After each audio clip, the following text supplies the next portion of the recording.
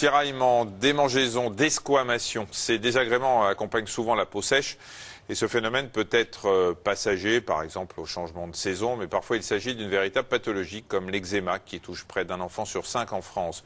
Il peut aussi s'agir d'un effet secondaire d'un médicament ou tout simplement d'une manifestation de l'avancée en âge. Certaines femmes constatent ainsi que leur peau devient plus sèche à la ménopause. Alors, comment distinguer une sécheresse cutanée anodine et passagère d'une maladie dermatologique? Quel type de crème faut-il utiliser pour retrouver une peau plus douce? Nos invités vont vous répondre dans quelques instants.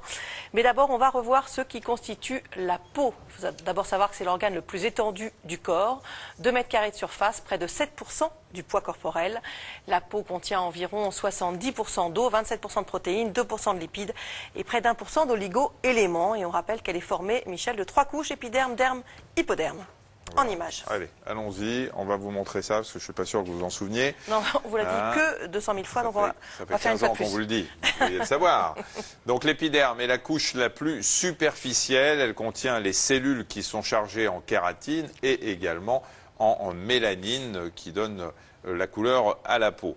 La couche la plus profonde, elle, c'est l'hypoderme. Vous voulez qu'on le monte un peu? Non, Oui, non, Marc, si, voilà, pour montrer juste l'hypoderme, je le redescends après si vous voulez. L'hypoderme est ici, elle contient surtout des cellules graisseuses et toute la zone au milieu, là, eh bien, c'est le derme, qui est non seulement riche en fibres élastiques et en collagène pour la souplesse de la peau, mais aussi en glandes.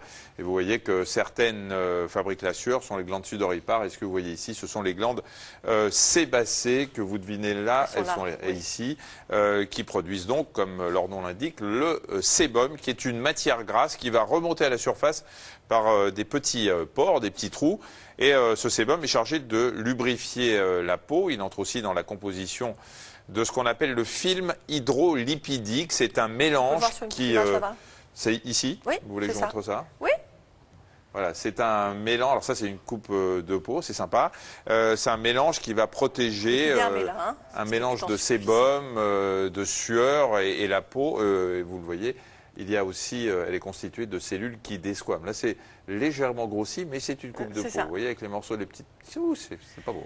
Voilà, il va maintenir l'hydratation de l'épiderme en limitant l'évaporation de l'eau et l'acidité de la peau. Il joue également le rôle de barrière contre les agressions extérieures. Malheureusement, le froid et le vent réduisent considérablement l'activité de ces glandes sébacées et du coup, le film protecteur est moins efficace. Sans la barrière, la peau n'est plus imperméable, elle perd de l'eau et devient sèche et rugueuse. Si on pouvait mettre la dernière photo, les cellules n'étant plus hydratées, elles meurent et desquament. Donc en fait, on pèle. Et on peut aussi voir sur certaines zones des stries blanchâtres, qu'on voit ici en surface, notamment sur les jambes. Pour répondre à toutes vos questions, 2 experts, le docteur Fabien Guibal, qui est dermatologue à l'hôpital Saint-Louis à Paris. Bonjour. Bonjour. Et on accueille Jannick Thiroux, qui est cosmétologue. Bonjour. Bonjour. Faculté de pharmacie de Châtenay-Malabry. Des questions. Est-ce qu'on ne se lave pas déjà trop souvent et avec trop de savon? Ça va dépendre des personnes et ça va dépendre de ce qu'on appelle trop souvent, évidemment. En gros, pour l'immense majorité des gens, c'est-à-dire les gens qui n'ont pas la peau constitutionnellement sèche, se laver une fois par jour avec un savon n'entraîne pas de problème. Effectivement, comme le disait Michel, les enfants, mais aussi les adultes qui ont de l'eczéma constitutionnel, qu'on appelle dermatite atopique, donc ça fait beaucoup de monde quand même, eux, le contact avec l'eau va assécher leur peau, puisque c'est l'occasion de le répéter, l'eau, ça n'hydrate pas la peau, ça l'assèche. Encore, l'eau, ça ne rentre pas par l'extérieur, ça ne rentre pas d'ailleurs non plus par l'intérieur, ça s'empêche de partir. C'est-à-dire qu'en buvant, on ne va pas s'hydrater la peau? Du tout. On va s'hydrater le corps, mais pas l'épiderme, parce que c'est bien trop loin pour la peau. En revanche, c'est l'occlusion, exactement comme le couvercle sur une marmite qui empêche la vapeur de monter, qui va empêcher l'évaporation. Mais en cosméto. Voilà. Donc, sinon le savon, effectivement, assèche la peau et c'est là qu'il faut savoir adapter en fonction des périodes.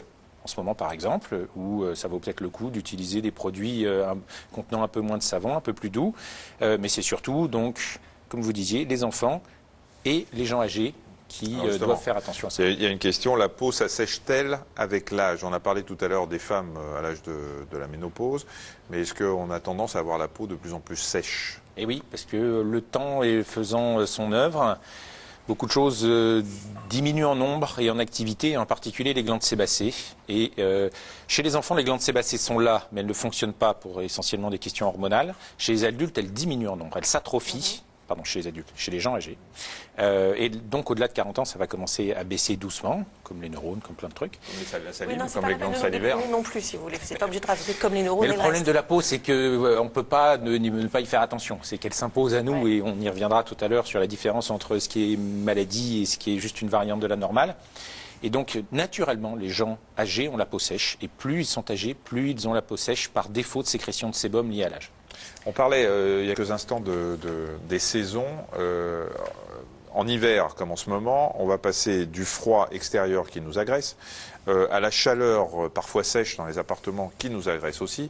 Est-ce que finalement, c'est une période qui est plutôt mauvaise pour notre peau? D'ailleurs, l'été, c'est pas terrible parce qu'on a les UV, mais l'hiver, on a l'impression d'avoir, même quand on a la peau normale, d'avoir une peau sèche. Alors effectivement, en hiver, il y a le froid. À l'intérieur, on peut avoir des appartements surchauffés. Et ce qui est assez intéressant, finalement, c'est très certainement en fait le manque d'eau ambiant. C'est la sécheresse, en fait, qui va faire en sorte qu'effectivement, on aura une peau beaucoup plus sèche, moins souple, et surtout qui va tirailler, qui sera beaucoup moins agréable.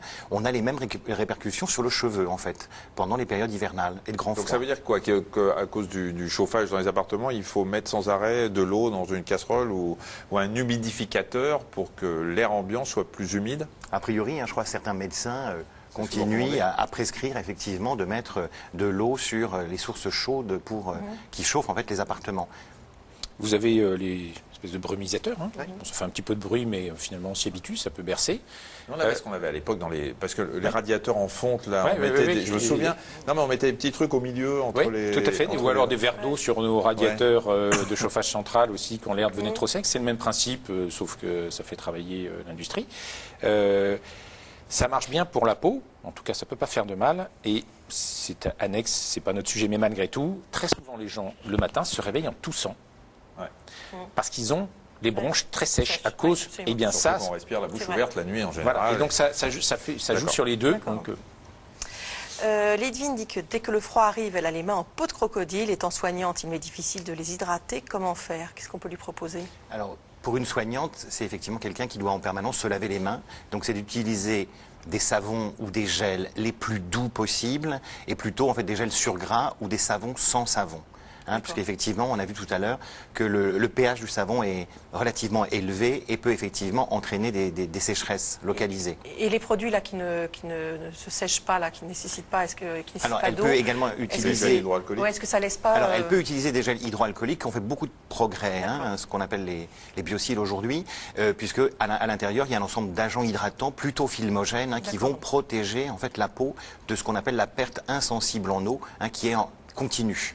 Et si effectivement elles sont vraiment très très sèches, elle peut utiliser des produits spécifiques pour les mains avec un effet barrière, puisque la crème déposera en fait à la surface comme un film continu, effet cocotte minute ou marmite, pour faire en sorte qu'effectivement l'eau soit bien retenue à l'intérieur de la peau. D'accord. On va parler, oui. Il y a une autre population de gens dont on parle finalement pas très souvent, mais qui vit particulièrement mal la sécheresse et le froid, ce sont les gens qui viennent de zones tropicales. Et donc il y a toute la population de gens qui est habituée à vivre soit aux Antilles, soit en Afrique noire, enfin bon, toute la zone tropicale. Lorsqu'ils arrivent en zone tempérée et en particulier hivernale, ils vont avoir un temps d'adaptation qui peut prendre 2 à 3 semaines, mais parfois beaucoup plus long que ça. Et donc ils souffrent de démangeaisons sans comprendre pourquoi. Ils viennent de pays où les démangeaisons peuvent exprimer toutes sortes de pathologies. Voilà. Or c'est tout simplement la sécheresse cutanée et il suffit d'appliquer, comme pour les gens âgés, des produits hydratants. On va parler d'eczéma, Michel. Oui, parce que la dermatite atopique, qu'on connaît donc plutôt sous le terme d'eczéma, est une maladie dermato très courante, d'origine allergique, aiguë ou chronique. Elle se manifeste par des zones rouges surmontées d'une vésicule qui provoque des démangeaisons très importantes, ainsi qu'une sécheresse cutanée sévère. Martin Van Den Bosch et Mélanie Morin ont rencontré une patiente souffrant d'eczéma depuis l'enfance. Elle se bat au quotidien pour atténuer les désagréments liés à sa peau sèche. Regardez. Depuis l'âge de 2 ans, Louise souffre d'eczéma. Dans son cas, les manifestations cutanées sont importantes et elle présente une peau très sèche sur différentes zones du corps. Ça a commencé comme beaucoup d'enfants, dans le pli des genoux, dans le pli des coudes, etc. Et puis au fur et à mesure de l'avancée, ça a dévié vers le cou, les bras, le visage, la peau pèle, la peau craque. Donc c'est vraiment par certaines zones qui sont touchées Et à ce moment-là, clairement, la peau, elle est extrêmement sensible et fragile, absolument tout, au contact de l'eau, au contact des produits, enfin, très très très sèche et très sensible. Des fois, quand vraiment les plaques d'eczéma dégénèrent, ça va carrément être des plaies qui saignent ou qui suintent. Donc c'est vraiment pas très agréable, en tout cas, de rencontrer des gens et de savoir que la première image qu'ils ont de vous, c'est des plaques sur le visage, etc. Lorsque son eczéma s'aggrave, Louise utilise une pommade à base de cortisone prescrite par son dermatologue afin d'atténuer l'inflammation. J'ai le réflexe avant tout en cas de crise de faire un traitement à la cortisone puisque c'est ce qui marche le mieux dans ce type de situation. L'effet est quand même très rapide. En 1 ou 2 applications, je sens que déjà ça n'empire plus mais ça se calme. Et au bout d'1 ou 2 jours, je peux réussir à retrouver une peau quasiment intacte et indemne de toute trace. La seule chose c'est que ça revient en permanence. Très régulièrement, la jeune femme se rend donc en pharmacie pour renouveler son stock de produits hydratants. Elle en utilise pour le corps et le visage 2 fois par jour.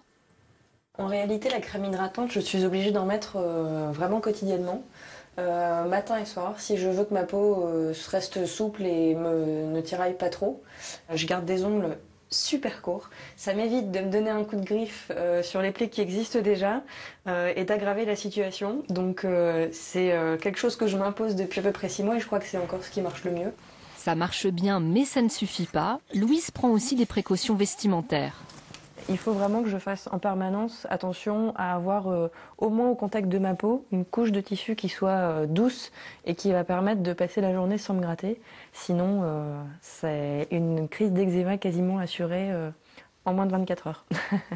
Pour éviter la crise, la jeune femme lave ses vêtements avec une lessive hypoallergénique destinée aux peaux les plus sensibles et tout son quotidien est bien réglé. C'est une suite de petits gestes qui vont me permettre de garder au maximum le contrôle de ma peau et de surtout pas rentrer dans une crise où je perds le contrôle, où je me gratte et ça dégénère. Et dès que j'ai une petite plaque d'eczéma, de la traiter le plus vite possible pour pas que vraiment ça prenne une ampleur importante comme ça a pu être le cas dans le passé, quoi. Louise sait maintenant gérer son eczéma, mais elle continue à consulter son dermatologue en cas de crise. À chaque peau, sa solution. Si la sécheresse cutanée est importante, un avis médical est indispensable. Alors on a vu qu'effectivement pour l'eczéma, la cortisone, c'était souvent le traitement de référence. Est-ce qu'il y a d'autres, en dehors de ces cas d'eczéma vrai, parfois la cortisone peut quand même être utile pour des peaux sèches? Pour des peaux sèches, non. Non, sincèrement, parce que comme tout, comme disait Hippocrate, c'est la dose qui fait la différence entre le médicament et le poison. Ce que je veux dire, c'est que la cortisone, ça marcherait bien sur la peau sèche, c'est sûr.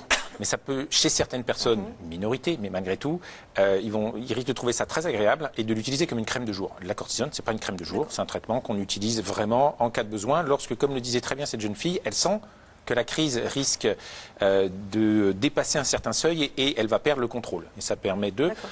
Et ça, c'est vrai, quel que soit l'âge. Ça, je dis ça aux mamans qui ont peur. La cortisone pour les tout petits enfants, sincèrement... C'est des crèmes à la cortisone, voilà, on précise bien. Exactement, ça n'a rien à voir avec un traitement par la bouche à base de cortisone. Et c'est un traitement qui est extrêmement efficace, extrêmement bien toléré. Et le rapport bénéfice-risque est probablement ce qui se fait de mieux parmi les médicaments. Très bien. Vous avez des crèmes pour les gens qui... Enfin, vous n'êtes pas vous. C'est pas une parfumerie, mais il est possible... On nous demande s'il est possible d'avoir à la fois une peau sèche et grasse. Oui, les deux sont possibles. C'est compliqué, alors. En cosmétologie, on retient plusieurs types de peau.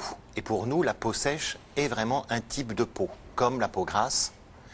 Et en revanche, on s'interroge toujours pour savoir si la peau est vraiment sèche ou si la peau est déshydratée. Parce qu'en fait, beaucoup de personnes revendiquent la peau sèche, mais en fait, ces personnes n'ont pas la peau sèche. Elles ont la peau déshydratée. La peau sèche est plutôt, comme on l'a dit tout à l'heure, constitutionnelle. On est comme ça. Et puis avec l'âge, on aura de plus en plus la peau sèche. En revanche, de temps en temps, on peut avoir des phénomènes de déshydratation. Et là, en règle générale, c'est parce qu'on a un problème avec l'eau. En revanche, quand on a la peau sèche, on a plutôt des problèmes avec les lipides. Et surtout, en fait, la kératinisation et surtout, en fait, la barrière cutanée.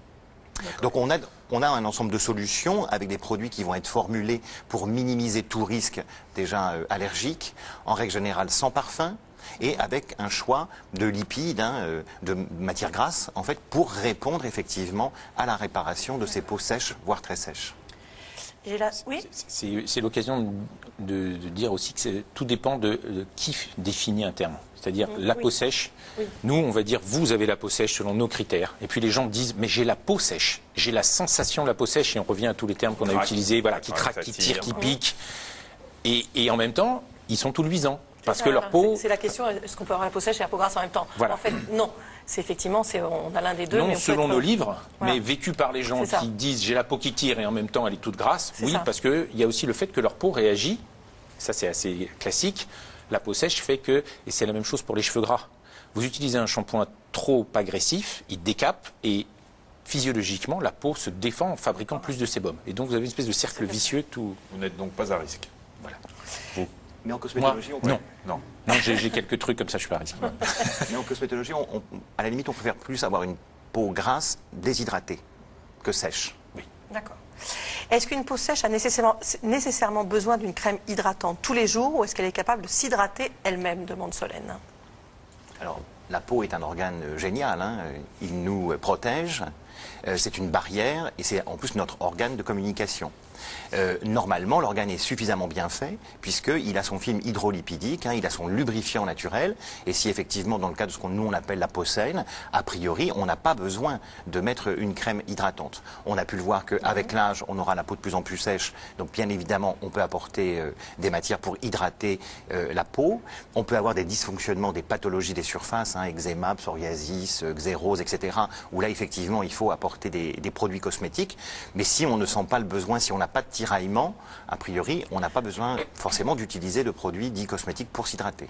Et en pratique, pendant une période comme celle-là, donc froid, sèche, les gens qui ont pu l'expérimenter dans le passé ou qui sont un peu à risque, les enfants qui ont une dermatite atopique, donc l'eczéma constitutionnel, les gens âgés, dans la mesure du possible, après la toilette de la journée, sur une peau encore un peu humide, d'abord on tamponne, on ne sèche pas comme ça, et ensuite on applique une crème hydratante. Ce qui permet, sans prendre de temps, sans être trop contraignant, et peut même être un rituel familial, le contact entre la maman et l'enfant, mais aussi pour les gens âgés de s'occuper d'eux-mêmes, ça fait du bien. Ça peut faire que du bien. C'est juste un peu cher. Voilà, alors, mais c'est incroyable. Je me demande si vous ne voudriez pas faire de la télé. Je pense qu'il lit des questions avant de finir ses phrases. Pour être efficace, on nous demande si une crème coûte nécessairement cher. Avant qu'on ne réponde plus précisément, on va voir que ces crèmes sont fabriquées selon un procédé très précis et contrôlé. Alors, qu'est-ce qui se cache, excusez-moi, dans votre pot de crème hydratante? Les secrets de fabrication dans ce reportage signé Franck Carimalo, Philippe Chalouni et Mélanie Morin. Sur le visage ou le corps, on en applique des quantités. La crème hydratante est l'arme anti-sécheresse. Dans cette usine, on nous livre ses secrets de fabrication et sans surprise, l'eau en est l'ingrédient principal. Elle représente entre 60 et 80% de sa composition. Cette eau fait l'objet de différentes étapes de purification. Donc tout d'abord une déminéralisation, ensuite une purification et enfin une étape pour la débarrasser des micro-organismes. Et cette eau pure va être couplée à d'autres matières premières pesées au gramme près, comme la cire d'abeille sous forme de pastille, ce liquide visqueux appelé glycérine, et l'urée, cette poudre blanche issue d'un composé naturellement présent dans l'organisme. Alors l'urée va permettre de garder l'eau au sein de la peau. Donc ce sont des molécules qui captent l'eau et qui permettent de la maintenir donc au sein de la peau. Les cires sont très importantes parce qu'elles vont apporter donc un petit peu de gras au produit de manière à former un film sur la peau qui va à la fois diminuer la perte insensible d'eau et également faire un film protecteur. Mais avant de manier ces matières à grande échelle, on les trouve en petite quantité dans le laboratoire de formulation. Fais voir, est-ce qu'on peut voir ce que ça donne? Ici, on mélange les matières issues de l'eau et celles issues des corps gras. Elle va s'étaler, donc là elle est encore très fluide puisque la température est encore élevée et au fur et à mesure que la température va redescendre, elle va prendre en consistance pour avoir effectivement l'aspect qu'on imagine plus de la bonne crème hydratante. Cette crème est ensuite placée dans ces petits flacons maintenus à des températures variant entre 4 et 45 degrés. Avec ces différentes températures, on va pouvoir appréhender l'évolution du produit, donc au niveau de son toucher, de sa texture, de sa couleur, mais aussi de son odeur. On veut que le produit garde exactement les mêmes caractéristiques du premier jour jusqu'à la fin de la péremption du produit. Une fois la formulation établie et les tests dermatologiques effectués, place à la fabrication industrielle. Même principe qu'au laboratoire, mais les tubes à essai sont maintenant remplacés par 2 grosses cuves. Alors ces 2 cuves servent à faire l'émulsion. Donc nous avons un fondoir qui va servir à mettre la phase grasse, qui va contenir à la fois des cires et des huiles. Et là, nous avons la cuve principale qui va servir à mettre la phase aqueuse et les actifs. Donc ces 2 phases vont être chauffées à 75 degrés et à 75 degrés, nous allons aspirer la phase grasse dans cette cuve principale pour réaliser l'émulsion. Le chauffage va nous apporter une protection supplémentaire contre le développement des micro-organismes. La crème hydratante est ensuite refroidie et envoyée dans la zone de conditionnement. Ici, on fabrique 8000 flacons de 500 ml par jour. Sur le marché, il existe presque autant de crèmes hydratantes que de types de peau. Pour trouver celle qui vous sied le mieux, demandez conseil à votre pharmacien ou votre dermatologue. Alors, on revient sur cette question. Est-ce que les crèmes efficaces sont forcément chères ? Grande question, vaste question. En tout cas, d'un point de vue réglementaire, il n'y a pas de différence, déjà, je crois qu'il faut le dire aux téléspectateurs, entre un produit qui va être vendu au supermarché, à la pharmacie et en parfumerie. C'est exactement la même réglementation, ce sont les mêmes méthodes de fabrication. La différence, c'est parfois certains ingrédients, mais surtout, en fait, l'univers de la marque. Donc en règle générale, les produits en grande surface sont un peu moins chers que la pharmacie et en parfumerie, ils sont plus chers parce qu'ils ont des packaging et parfois des formules beaucoup plus complexes et surtout des parfums qui peuvent coûter un tout petit peu plus cher. Parce que très franchement, pour qui n'y connaît rien, on se dit toujours en parfumerie et en pharmacie, ça va être de meilleure qualité qu'au supermarché. Ce n'est pas du tout un problème de qualité, c'est exactement la même qualité, c'est l'univers en fait qui change. Et surtout l'univers en fait olfactif. Et en plus, il y a encore quelques... Oui, c'est le contenu qui va... Le côté, je dirais, en fait, je crois que c'est la part de rêve en fait qui change. D'accord. C'est la part de rêve. Mais si on n'a pas besoin du rêve, on peut prendre ça en Mais je crois que par rapport à notre peau, on a tous besoin de rêve. Et je crois que l'application en fait d'un produit sur la peau, c'est à la fois... une efficacité locale, mais je crois que la façon de l'appliquer, sa texture, son parfum, ont des répercussions psychosensorielles très importantes. C'est un très grand sujet, parce que bien sûr, ça ne s'applique pas qu'aux produits hydratants, qui est ce qu'on appelle le rapport au prix, quelle valeur on accorde aux choses. Alors déjà, il y a des trucs qui sont très étonnants. Médicaments. Plus le médicament est cher, plus il est efficace. Ça fait drôle, hein ? Vous prenez de l'aspirine, vous ne dites pas aux gens ce que c'est, 2 boîtes d'aspirine, A, B, 2 fois plus cher, 40% plus efficace. Dans l'esprit des gens. Non, ça va mieux marcher sur la douleur. D'accord. C'est ça que je veux dire. Oui, donc si vous prenez du paracétamol plus cher... C'est la même molécule. Le prix a un effet placebo, voilà, c'est ça que je veux dire. Donc forcément, il a aussi un effet placebo en termes de perception de l'efficacité hydratante que peut avoir une crème. Ça, c'est une première chose. Ensuite, pour avoir travaillé dans une autre vie, dans une grande entreprise pharmaceutique et cosmétique, comme ils disent, c'est les mêmes jus. Ils appellent ça des jus. Et vous changez juste l'emballage. Et dans un, ça va aller dans ce qu'on appelle grand public. Dans l'autre, on va aller professionnel. Dans l'autre, on va aller, je sais pas moi, parfumerie. Et c'est exactement le même jus. Et le prix peut varier du simple au triple. Donc on conseille aux gens plutôt d'acheter en supermarché moins cher. Et s'ils préfèrent du rêve en plus, ils achètent en... Sauf s'ils veulent que soit plus prestigieux. Donc on revient à connais-toi toi-même. Pour les gens pour qui le prix est tellement important, il n'y a pas de problème. D'accord. Ce qu'on peut dire quand même pour les gens qui ont des problèmes de pathologie des surfaces liés à la sécheresse cutanée, a priori quand même la pharmacie est quand même l'endroit de référence pour acheter ces produits, puisqu'en général ils sont quand même formulés avec pas de parfum, peu de parfum, et en plus il y a le conseil de l'officine. Les compléments alimentaires permettent-ils d'éviter de dépenser tout son argent dans des crèmes miracles? Alors là, la réponse est non. Les compléments alimentaires, si je peux me permettre d'être assez catégorique... Permettez-vous. Ça ne sert à rien. Eh bien, c'est parfait. Non seulement ça ne sert à rien, mais il a même été montré pour la peau et pour plein d'autres trucs. Mais je n'irai pas dans d'autres trucs parce que ce n'est pas mon domaine. Mais pour la peau, ça ne sert strictement à rien. Et il a même été montré dans des maladies qui ne sont pas de la peau, mais par exemple le cancer du poumon, que la prise de certains compléments alimentaires augmentait le risque de cancer du poumon. C'est encore un tout autre... Non, mais ce que je veux dire, c'est qu'il y a des risques, mais en revanche, les bénéfices, on continue à les chercher. C'est parfait. Moi, j'aime bien quand c'est clair comme ça. Merci.